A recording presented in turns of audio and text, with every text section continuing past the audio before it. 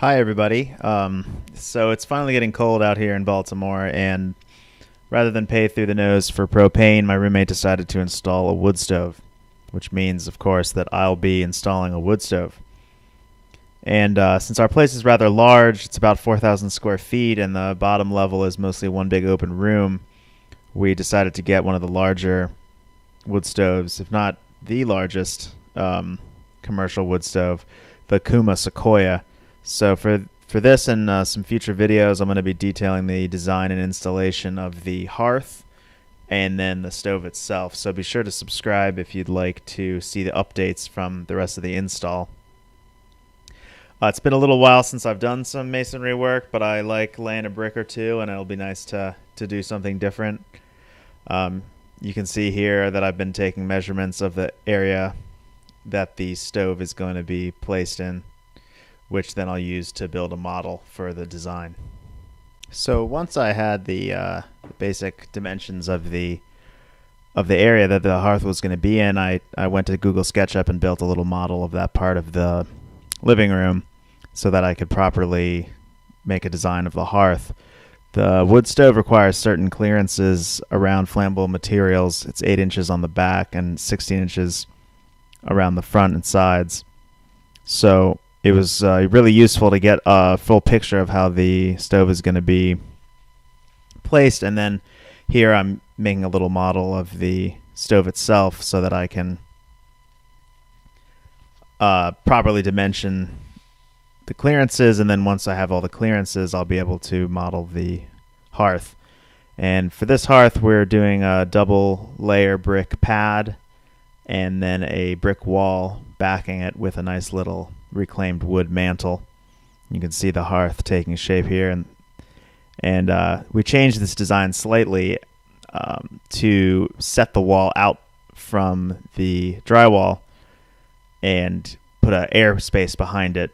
That way we could push the stove back farther and not have to bend our pipe.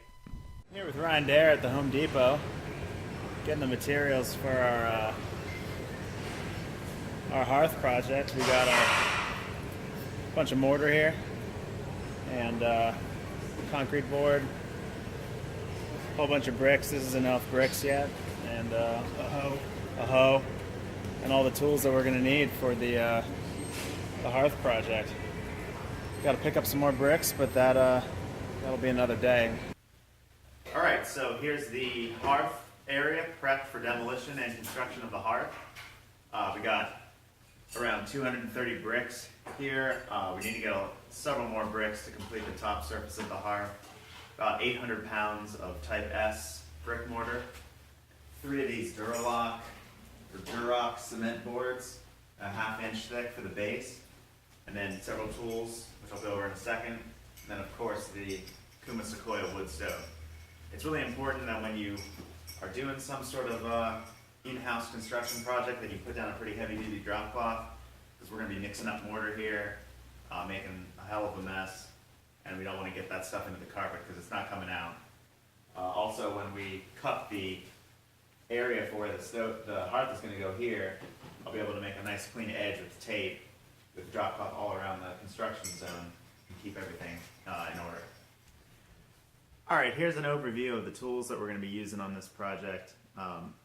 Start over here with a pre-mixed thin set mortar, so we're going to use that to stick and seal the cement board to the subfloor.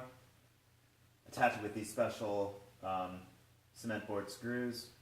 We got basic masking tape for drop cloths, expensive blue tape for the walls for where we're going to paint behind the hearth. This is fiberglass cement bond tape to seal the cracks between the tape. Then we're going to use this notch trowel. It's a 1/4 inch notch trowel to spread out the thin set and provide a nice beady surface for it to stick to. This guy is for making the nice finished grout lines between the brick. We got a masonry brick hammer and a nice chisel to cut the briquettes in half for the small half pieces. Some nice carbide X-Acto knife blades to cut the carpet. Chalk line, which we're probably not going to need, but it'll help in layout. More drop cloths for keeping things clean. This brush will help smooth out the grout lines.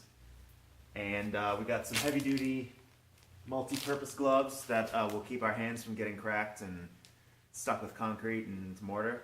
And then, of course, a nice Marshalltown, USA made bricklayer's trowel, which we'll probably use this one time and probably never again. And then finally, these are the metal brick ties that are going to go between the wall and the backing wall to hold the wall steady. And of course, last but not least, the mixing tub to mix up our mortar.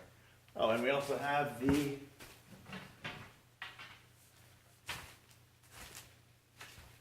mixing hoe and some trim pieces. So that about finishes up all the materials that we're going to need to build this hearth. And in my next video, I'm going to go through the demolition process.